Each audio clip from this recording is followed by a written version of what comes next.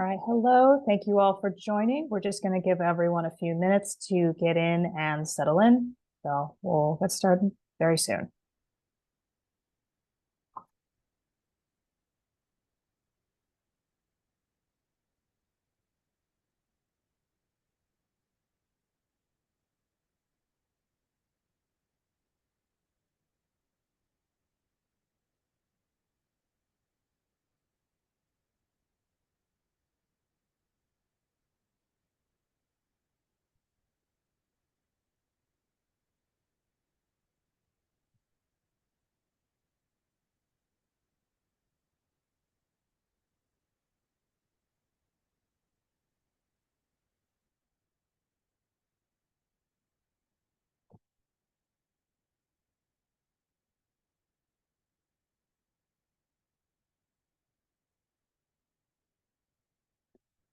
Okay, we are just about ready. So welcome everyone. Thank you for joining. This is the webinar of the Illinois Tech Coursera Deep Dive on the Master of Data Science program.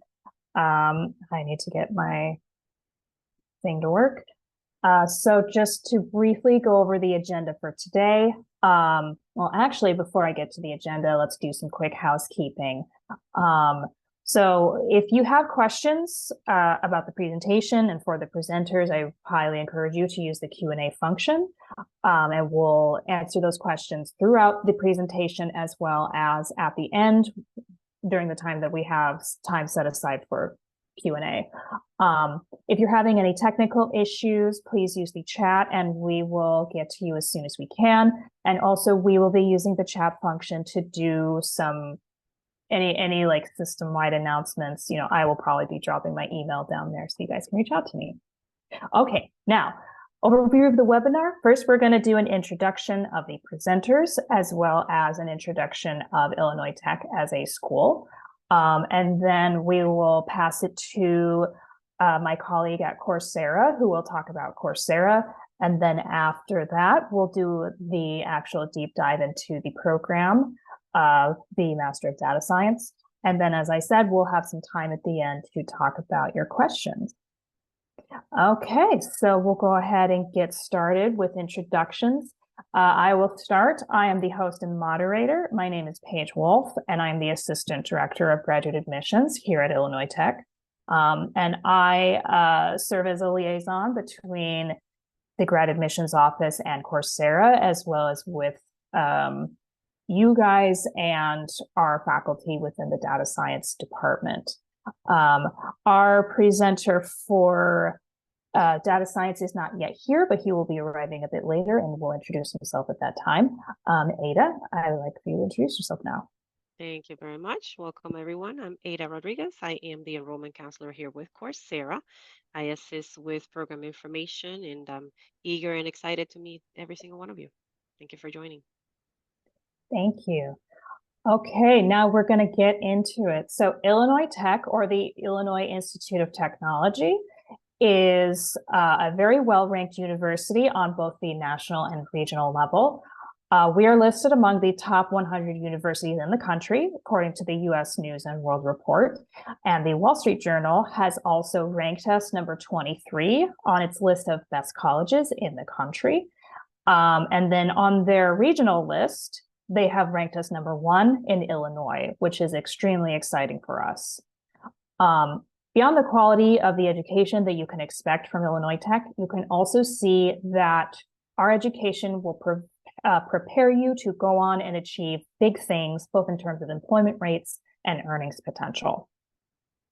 So Illinois Tech is Chicago's only technology-focused university. And we are located in the vibrant city of Chicago, which is the 3rd largest city in the United States, also known as the Third Coast, as the city is situated on Lake Michigan, and it is a big lake. It looks kind of like an ocean. We have 2 campuses. The main campus, or the Mies campus, which is what you can see pictured here, is named after the architectural pioneer, Ludwig Mies van der Rohe. And our campus is an architectural landmark on Chicago's South Side in the historic Bronzeville neighborhood. Our downtown campus, which is called the Convisor Law Center, houses the Chicago Kent College of Law and the Stewart School of Business. And the great advantage of having our campus downtown means that we are right smack in the middle of the West Loop and the city's emerging business district and the emerging tech hub. So not only will you be learning from world-class faculty, but you will also be within reaching distance of many different employment opportunities and networking. Since our founding in 1890, this university has focused on providing an active learning community. So our award-winning, nationally and internationally recognized faculty are committed to providing our students with an education rooted in creation and innovation, not just a bland lecture that they've given in the last 10 years. We are constantly updating our curriculums and making them better and more relevant. So as a result, our graduates have gone on to make significant contributions to human history. We've had alumni contribute to making the cell phone and building skyscrapers, developing the Mars rover, developing the Alexa. We've made we've made some huge impacts on human history through our inventions and innovation. Also, we do our best to be an engine of opportunity for you. We want to make sure that you're getting the best value on your education and the opportunities that you will get after you earn your degree with us. So, and to kind of prove that, we have some rankings from the Brookings Institute. They've ranked us #1 in the Chicago region for occupational earnings power. And Forbes has ranked us in the top 25 STEM colleges in the nation, which is very, very exciting. Just to talk briefly about our research, we are a research institute. Our faculty and our students and our staff all participate in leading bold research and discoveries in fields where we hope technology and innovation will create significant and meaningful change. So we are making advances in computation and data, energy, sustainability, deep science, engineering, health and wellness, social justice, urban futures, and so much more. We have 30 campus research centers, and in all of those, our researchers are conducting research that matters in everyday lives. I do highly encourage you to take a look at that QR code. We try to publish and keep up to date on what we're currently doing. So feel free to look around and see what we're up to. So I talked about, outcomes for our students. So here's just kind of proof of that. Our career services office keeps in touch with our graduates, and we try to see where they end up after they graduate. So for the last 5 or 6 years, we have been recording where our students ended up 6 months after graduation. And as you can see, we have a pretty high percentage of students who ended up with full-time positions within their field. A few that are continuing education, some that are doing part-time work, volunteer work, military, a wide range. And you can also see that many of our students end up with some pretty powerful and significant employers, such as Fortune 500 companies, startups, the FANG companies. Yes, we have a lot of students who get some pretty good jobs. And not only that, their starting salaries are pretty high, especially for those that are in their field. So that's another thing that's very exciting. This is another thing that you can go in and you can, mess around with it, drill down to a specific major or specific school if that's something you're interested in doing. So yeah, take a look at it and see, what you see. All right. That concludes my portion of the presentation. I will now hand it over to Ada to talk about Coursera. Thank you so very much. So again, my name is Ada Rodriguez. I'm an enrollment counselor here with Coursera. My role as an enrollment counselor is just to be your personal support assistant. I'm here to go over any questions and concerns you have. I assist in reviewing the program's information and helping all learners to discover if this is the ideal program for you based on your academic and professional goals. I also assist learners with the enrollment process following the performance-based admissions, which helps removing barriers in the that the traditional application often presents. If you want to scroll down to the next slide for me. Yep, one more for me, please. Thank you. Now, with the performance-based admissions, you can gain acceptance to the program by completing a set of courses, better known as pathway courses. You must do so with a cumulative 3.0 GPA or a B grade in order to successfully complete them. This opportunity is available to anyone who has a completed undergraduate degree, regardless of that degree background. Um, this process has no applications required. Pathway courses are a part of the degree course, which means that you will earn credit right from the beginning as you go through these pathway courses. And these courses are foundational courses in general. Therefore, learners from all backgrounds are welcome to complete. Next one. Now, how it works is very simple.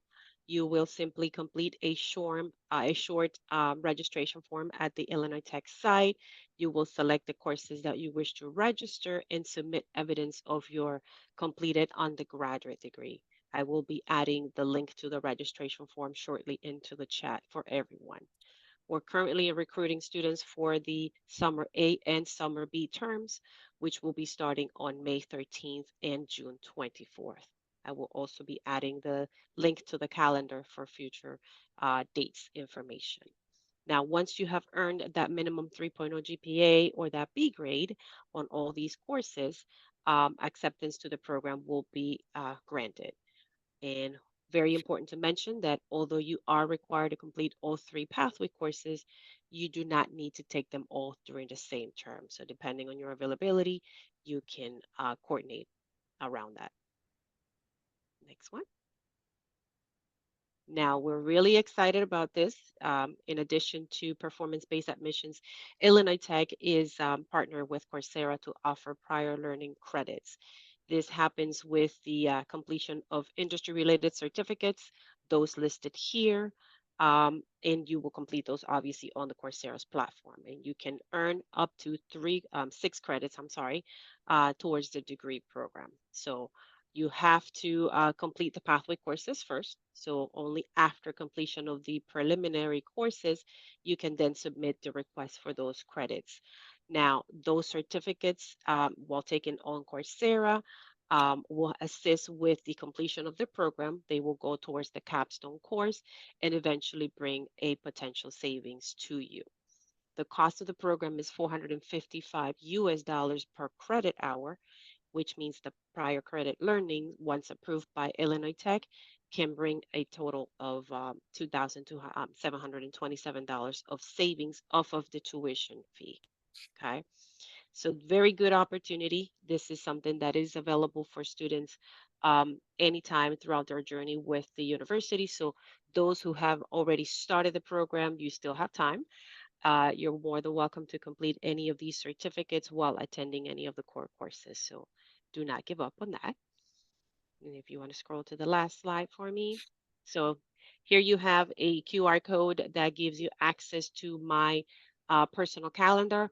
I encourage everyone to just schedule a time. Let's chat. Let's talk about the program and these opportunities and see if we can assist. I will also be dropping a link to my personal calendar outside of the QR code in case anyone misses it so you can book a time. One additional thing I wanted to offer is a live office hours. I will be hosting that Coursera's coordinated for us to assist students on more of a one-on-one assistance. This will happen on May 8th at 3 p.m. Eastern Standard Time. And that information will also be available on the chat. So encourage anyone who's interested to join and we can meet. Thank you so much. Thank you, Ada. And I will now pass it to Kia Ong, who will talk about the data science program. Hello, thank you. Welcome everyone. So I'm seeing, sorry, I just get off of my class, so I might miss some of the organizational informations in the beginning, which bring me to this question here. We have some question here in the chat. Do we answer it now, or do we proceed with the We'll have some time okay. afterwards All to right. cover Q&A. Okay, all right, thank you. So now we'll be talking about the Master of Data Science program.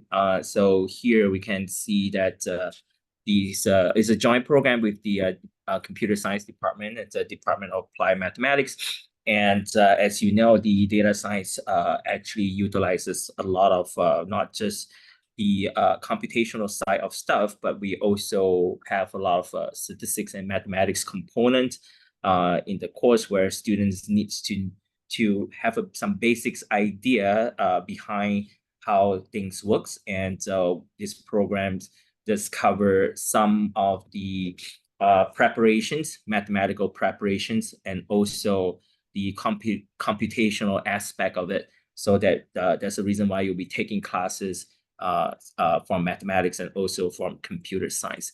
Can we move to the next slide, please? Thank you.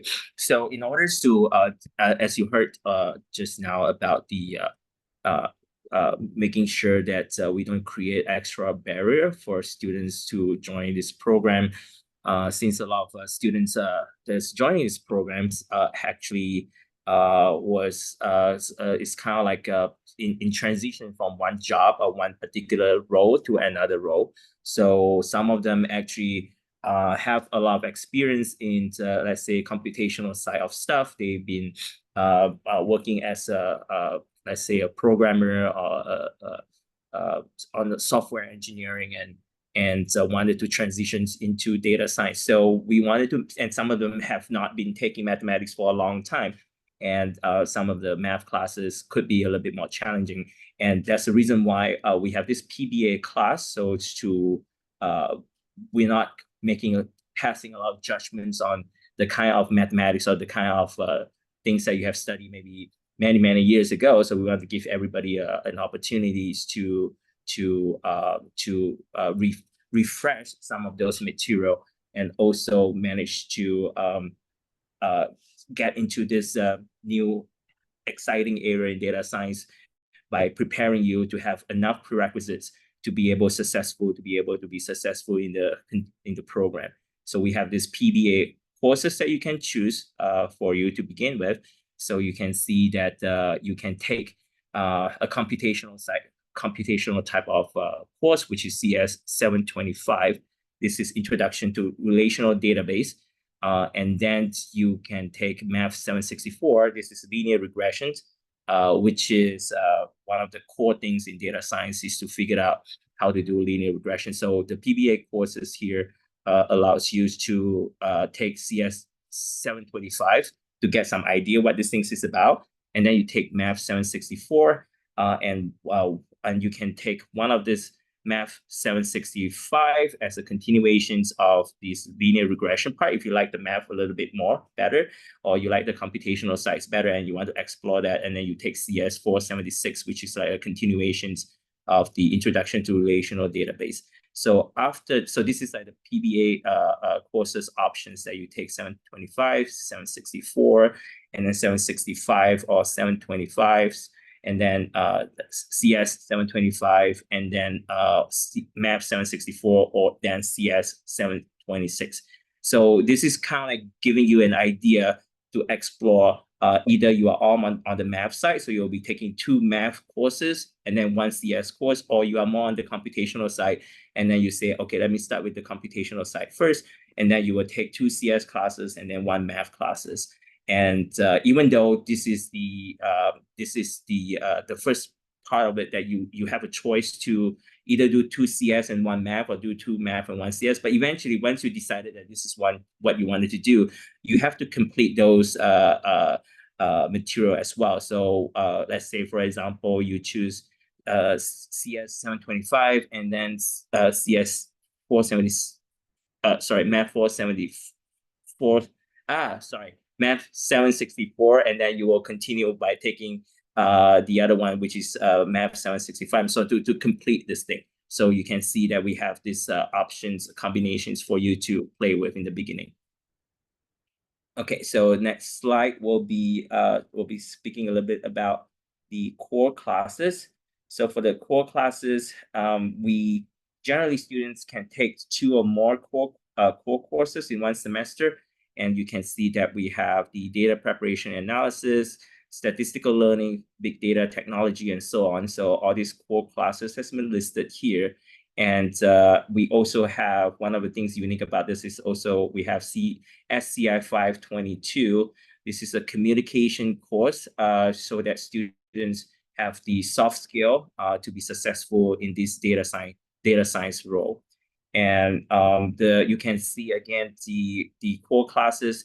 We have the computational side on the you can see from the code says CS.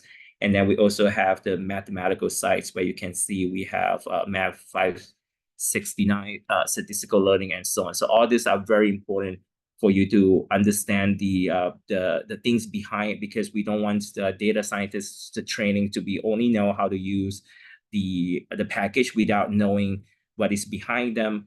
And when situation changes, you might not know what is allowed or what is not allowed to twist.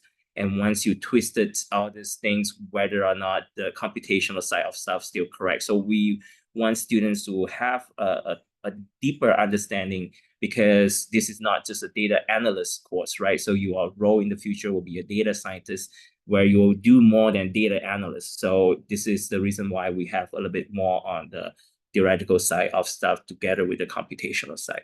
And next slide, please. Thank you.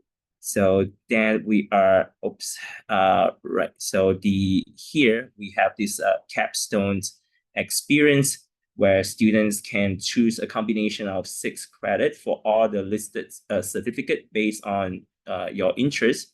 And each certificate has its own durations and the number of courses.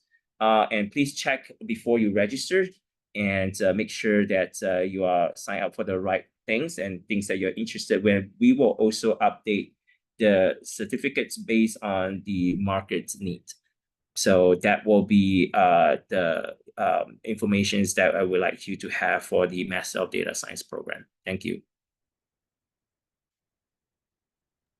Thank you, Kia. All right. We will now go into our questions and answers. I believe we should have some frequently asked questions that we usually get, and I'd like to just take some time to talk about those. Okay, so the first question is, what are the admissions requirements, especially regarding bachelor's degrees acceptance from other countries? So you are required to have a bachelor's degree from an accredited institution. In terms of from other countries, that all depends. I can't really cover every single country at this time, but generally, if you have a bachelor's degree from an accredited institution, you should be good. If you want to check with us to make sure, please do reach out to me. I did leave my email in the chat, so please reach out to me if you have questions about that. Okay, could you detail the program structure, including registration, start dates, and tuition fees? Sure. So we have 6 different start dates throughout the year. As Ada mentioned, we are currently accepting registrations for our summer sessions. We also have sessions upcoming for fall, so fall A, fall B, as well as next year, which will be spring A, spring B, and then continuing. So you can register at any time, and you can check our academic calendar to see when those courses will become available. And you will have 6 to 8 weeks to complete those courses, and then you can then register for the next session. Most courses usually are available per session. There will be some variations where some will be available, some will not, so plan accordingly. Tuition fees. So the program is, if I remember correctly, it was $450 per credit hour with a total of $15,000 for tuition. $455 actually. 4:55. Thank you. Thank My you. math is terrible. No worries. So yeah. Yeah. All right. Is the program accredited, and how does it compare to on-campus degrees? Yes, this is an accredited program. Although I am blanking on which accreditation body it is. I think it's just Higher Learning Commission. On-campus degrees. So we do have the same program available for our on-campus students. It's taught by the same professors. It has these same courses. The difference is that you will have the flexibility to take courses online. And we have those 8-week to 6-week sessions. So, and you are allowed to attend live lectures, but you can also watch recorded lectures on your own time. You do not need to attend the live lectures if that is not a possibility for you. Yeah, and then I did also see a question in the chat. That was a very good question. They were asking about prerequisites for this program, and I believe they were looking at our on-campus prerequisites. So our on-campus program does have several programming and math prerequisites that we generally require students to have completed before enrolling, but that is not the case for the Coursera program. So it's important that you make sure you are looking at the Coursera curriculum and not the on-campus curriculum. And that's the great thing about the Coursera program. If you had taken a degree that doesn't normally cover those prerequisites and you learned those later in life, then that's all you really need. You can just take those PBA courses, show that you have those skills, earn that 3.0 GPA, and then you'll be able to move on to the rest of the courses. I just dropped in the chat the link to the Coursera program information page to be on the safe side. I appreciate that. Thank you. Okay.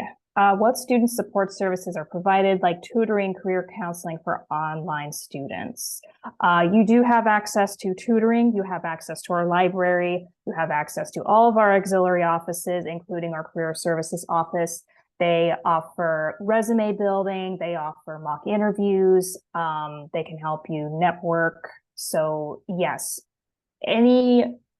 most of our support services that are available to our on-campus students are also available to our Coursera students. So you will be considered an Illinois Tech student. Does this program offer any financial aid? Not at this time. Unfortunately, the tuition is already at a pretty heavy discount from our normal tuition. So there's that. If you have opportunities to pursue third-party financial aid, such as tuition assistance from your employer, I highly encourage you to make use of that. Okay, now let's get to your questions. I do see we have a few. Okay, are you considered an accepted and enrolled student after completing the 3 courses? For the sake of internship eligibility, are you not considered a student while completing, I'm assuming, the PBA courses? So you are considered a student. You'd be considered a non-degree student. And once you have those completed and you've matriculated into the degree program, you'll be considered a conditionally admitted degree-seeking student. So if you need to get enrollment verification from our registrar's office, that will be available to you. So yeah, I hope that answers your question. I'm currently taking the professional certificate in data science. Will I have enough credits to apply for the degree at Illinois Tech, or are there courses that other courses that I need to do? I'm a little confused by this question. If you're saying that you don't have a bachelor's degree, then you would not be eligible to take the program. You do need to have that bachelor's degree. If I misunderstood your question, please let me know. Okay. Okay, we have one person with technical issues. I'm going to drop in my email so that I can help you directly. So just very quickly, I'm happy to connect with all of you. If you have any specific issues about your registration or you need specific advice on your situation, it's definitely better to reach out to us directly. I would rather protect your privacy, and you guys do not need to see me troubleshoot any particular technical issues right now. Oh, yep, here's another technical issue. I'm going to drop my email. I am sorry about all that. I just need to be able to see your particular profile before I can tell you what the solution is. Does each of those Coursera classes count as one credit? How do I know how many credits I've earned for each course? So the PBA courses are worth 1 credit each. The rest are going to be 2 to 3. And if you have specific questions about that, please let us know. Yeah. Let's see. Oh, we have one who says there's some difficulty in choosing courses based off of the interest or the job they want. So my understanding is that the curriculum is a very strict curriculum. All of those courses do need to be taken. If you're not really interested in picking or earning the degree, then that's absolutely fine. You do have an academic advisor that can help you pick and choose which courses you want to take. So I do encourage you to reach out to them.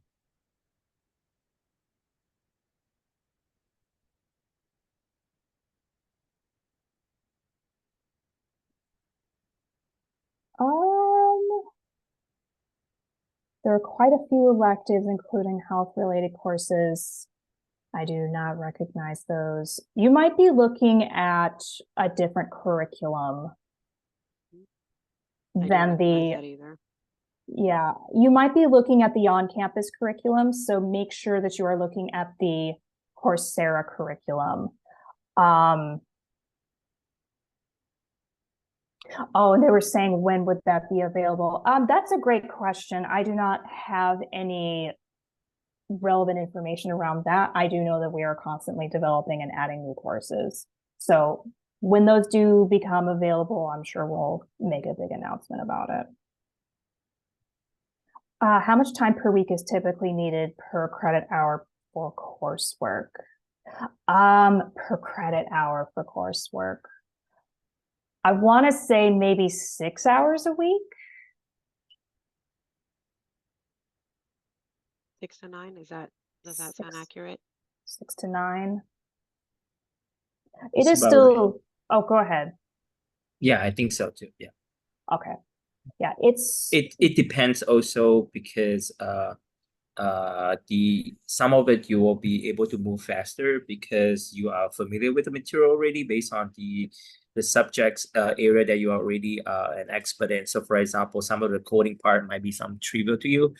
Some of it you might not have experience at all with this, and that could takes longer. So it also depends very much on the learner themselves. Okay. But about six hours, that sounds reasonable on average. Yeah. Thanks. Yeah. Thank you. Okay, here's a good question. We have one person asking about transfer credit if they had taken some courses from another college. So we're not accepting that kind of transfer credit for our master's program at this time. We are only accepting the credit for prior learning through those professional certificates. But very good question. And same goes with the pathway courses. If you're already familiar with that material, you still do need to take those PBA courses, the pathway courses. The good news is that you'll breeze right through it. Oh, here's a good question. Does the grade I graduated with in my bachelor's degree matter? No, it does not. And that's the wonderful thing about our pathway admissions. So we understand that, if you may have been a different person during your bachelor's degree, during your undergraduate program, and that is okay.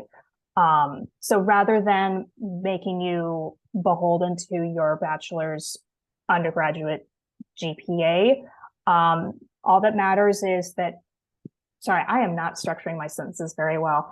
You just need to take those PBA courses, earn a 3.0 or higher in those particular courses. It doesn't matter what you got in your bachelor's. It just matters that you have the bachelor's.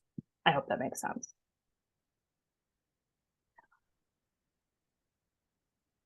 When you say financial aid is not available, does that mean this program is not eligible for federal financial aid? Unfortunately, no, it is not. It is not. Every time I ask this question, they tell me that it's not structured to provide federal financial aid, unfortunately. Is summer the best semester to start classes versus summer or spring, or does it really matter? It doesn't really matter. All the PBA courses will be available during every semester. So I guess it just depends on you and where you are in your life. But very good question.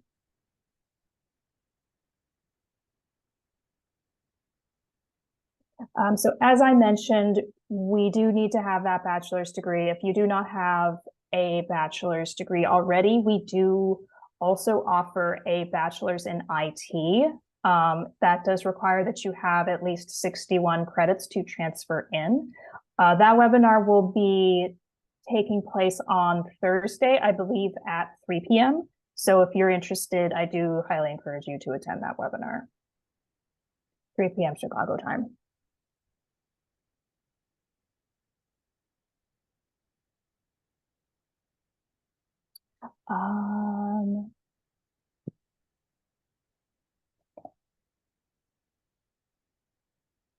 Will we receive the same diploma as the on-campus students, or will it say online degree? It will be the same as our on-campus students. It will not include Coursera's logo. It will not say it was an online degree. It's the same degree.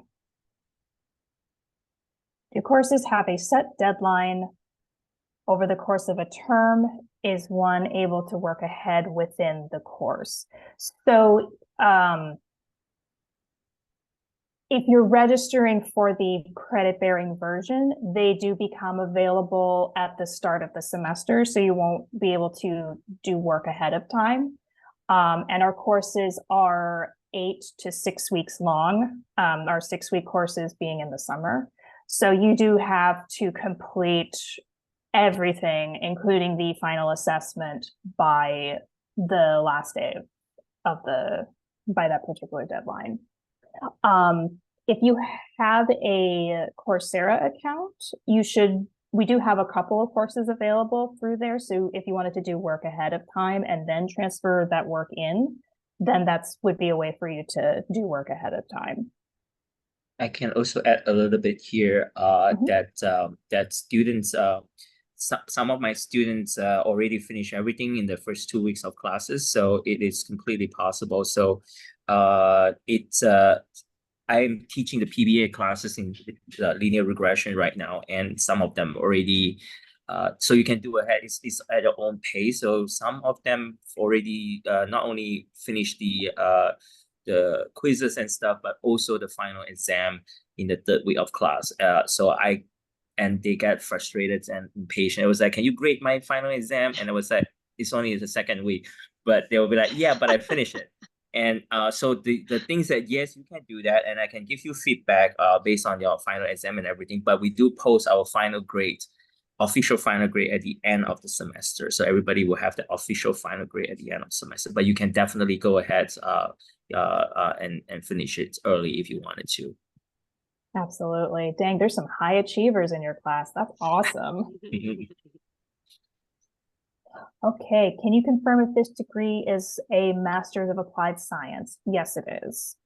How does it compare to the MS degree, and is it perceived differently than other employers or academic institutions.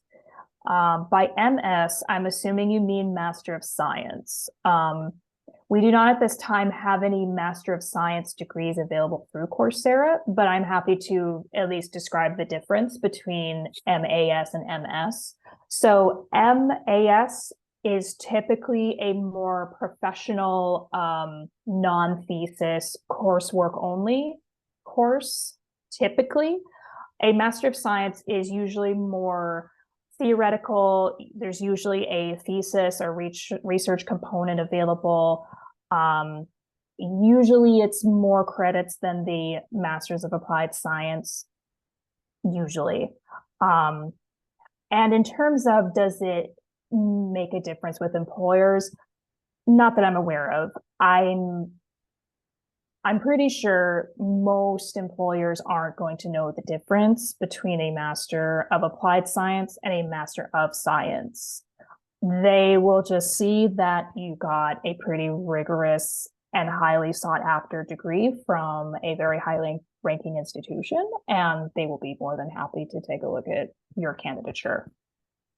Also, I would like to add a little bit on this as well. The terminology used, Master of Applied Science and Master of Science, which one is a professional degree, which one is a little bit more academic degree. All these terminologies differ from different university, different institution. So as an employee, they have no idea which one is which. So you would just have, but they will know from your transcript and so on to see that you are the one who is taking a lot of classes, instead of like you have a thesis or something like that. Again, MAS in IIT means something, at other university could means completely different thing as well. Thank you. Yeah. Thanks. Yes, thank you very much. Here's a very good question. Is it an option to switch to the on-campus program at a later date? No. If you are going to be a Coursera student, you do need to stick with the Coursera program. If it is your intention to eventually be on campus, I do highly encourage you to just do the on-campus program. And I know that for some students, they need that to get that F1 visa, get the CPT, the OPT afterwards. So yes, if you do intend to be, just to repeat that, if you want to be on campus, just come be on campus. There's one student asking if there will be live lectures. Yes, there are live lectures every week for each course. So you do not have to attend them, but if you're able to, I do highly encourage you to do that. Paige, can I also say a little bit more about this? So depending on the classes, so we call it live sessions. So it usually would not be something that is related to what you are already been watching. So for example, in my class, we call it live sessions. Particularly, I will go through the stuff that is not on the videos that you are seeing. So the video that you are seeing, for example, will be some of the math stuff, and on live sessions, I would work on the programming part, how to use the software, how to do. So it's try to complement the things. As Paige says, it's completely optional and actually will be recorded and you can watch it later. The good thing about being able to present at the time is that you have more of a Q&A opportunity to immediately get the feedback, but you can also just watch the recording. Some student thinks that that is not very helpful. Some student thinks it's helpful. So it's up to you as well. Thank you. Thanks. Oh, here's another good question for you, Kia. Are there projects in any of the courses? So I think so. The projects is like things how you define. So for example, for the mathematics parts, for the PBA regression and so on, there's no projects per se. For the other part on the data structures, the other PBA classes, I've been hearing that I don't think they are considered project, but they're assignments in the sense that have to complete it. I don't think it will be like assignments where you have to do with your teammate and stuff. I think it's very difficult for that to happen. So they do have projects in the sense that it's a list of requirements for you to put some of the stuff together, but not like the projects that you have to meet with your teammate to get things done. So because this is going to be very logistically almost like impossible. But some instructor will have some way of trying to engage you on the contents matter.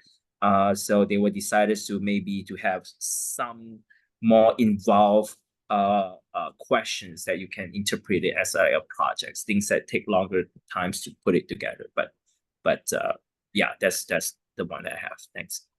Gotcha. Here's a follow-up question. Is there a usual time for the live sessions? So the live sessions is there is not a usual time. So for example, my time is always set at 7:30 in the evening Chicago time.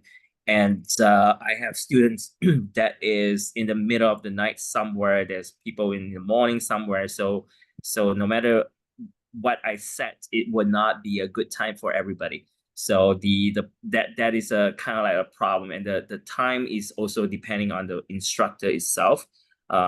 They will be deciding what is a good time for them to run this reasonable time for everyone else. So, but it would not be great for everybody. So no matter what time zone that you set, it's going to be some problems. Yeah. So I hope that answered the questions. Yeah, absolutely. Here's another good question for you, Kia. Is there any extra required materials such as books or computer programs that students would have to pay for out of pocket? Right. So for the PBA class,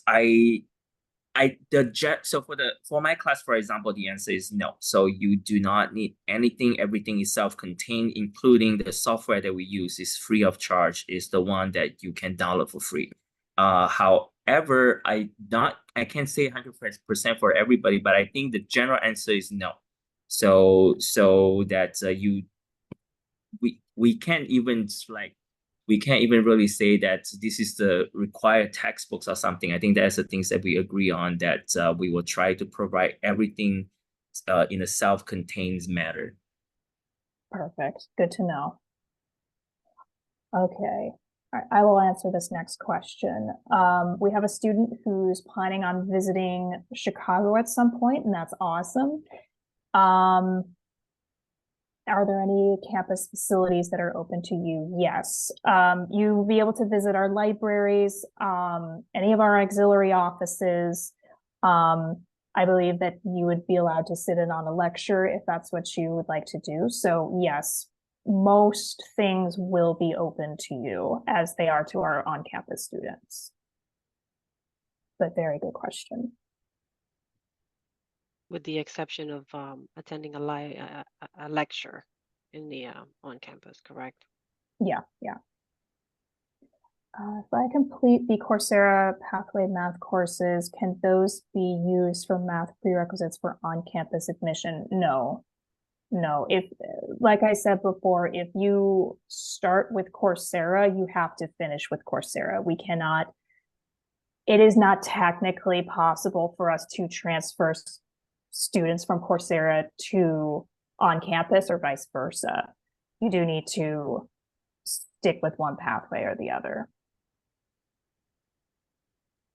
And if the concern is that you do not have the prerequisites, then please do connect with us. I am more than happy to provide you with additional resources so that you can get those prerequisites for the on-campus program.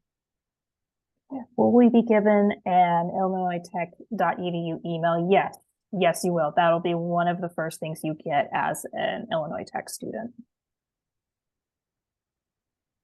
Look at Very that. good We questions. did We did good. We did it. We normally don't make it all the way through. All right, we have about 9 minutes left. So if you have, we already got some more. So please do send in all of your burning questions. This presentation will be available as a recording afterwards. I believe it goes up on the Coursera YouTube channel. Is that correct? Yes. Okay, perfect. And the links will be sent to the learners via email as well. All right, could you please mention some of the careers? I'm assuming like what careers will this program be available to you? Off the top of my head, I can tell you data scientist, anything in the computing realm. Actually, let me just pull up that list that I have and just read that out to you. Data engineer, I remember that one. Database architect, I believe, is a good one. Data analyst. I might just remember all of them before I even get to my list. It is a very general, you can Mhm. get into many different areas that sometimes the name itself also, the name is if you go through the list of name, that's like one way to know what kind of opportunity you have in the future. But generally speaking, anyone that is looking for someone that can put together, when you are given, information, how do you put it together and help them? So you can see some career could be for small businesses that where they just wanted to know that I have been selling all this kind of stuff for many years, and I wanted to find someone to try to figure out where all the customer base is and how do I make targeted, let's say, Instagram advertisements, for example. So it would not be like a big meta position at Facebook or anything like that, but it will be someone who is looking for a job like that, and they do hire someone who knows how to do that, and which is someone who is someone who have a degree in data science, for example.